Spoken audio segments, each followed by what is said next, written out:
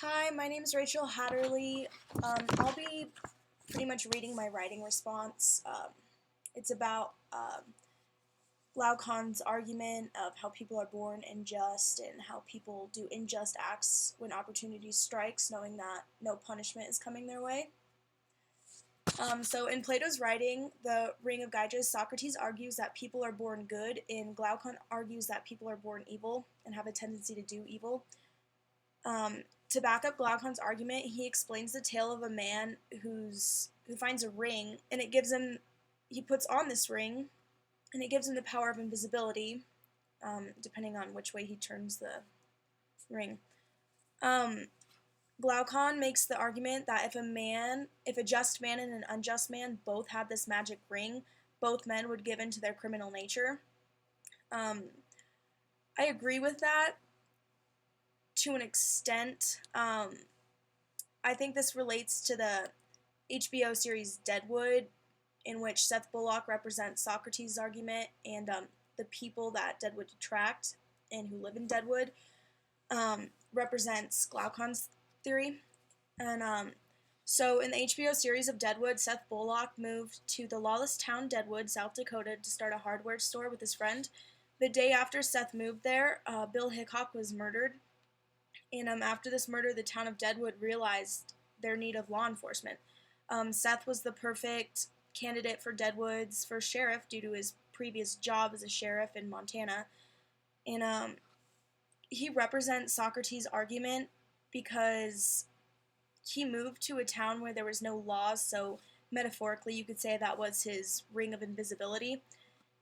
And he chose to uphold morals. And so when Bill Hickok was murdered and they realized that they needed law enforcement, Seth was Deadwood's first sheriff, due to his background.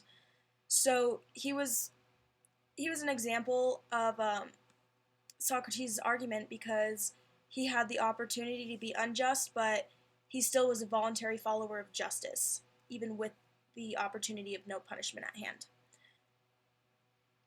Even though there was proof in Socrates' argument about how people like to choose good over evil, Deadwood better relates to Glaucon's postulation because the argument he makes is that if people are given the opportunity to be unjust without any punishment, they'll take that opportunity.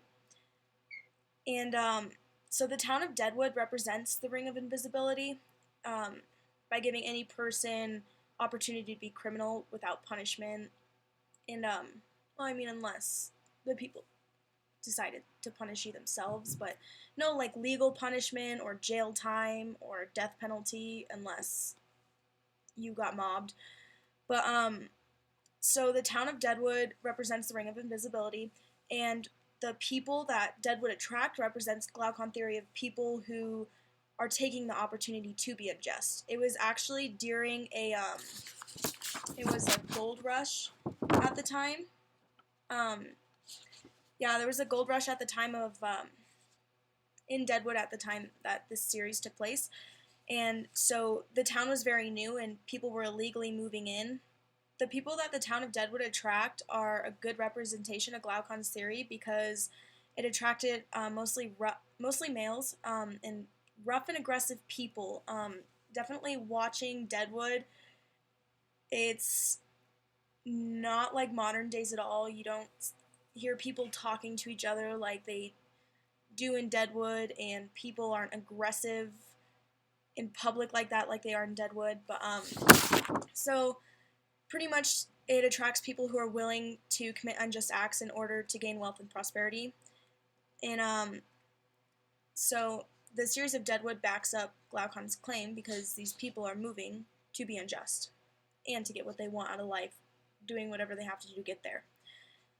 So overall, Deadwood demonstrates both Glaucon's argument and Socrates' argument by proving both are correct, even though it's more leaning towards Glaucon's argument because the main population, it was proven more common in the main population because most people would do unjust acts if they had a ring of invisibility. Thank you.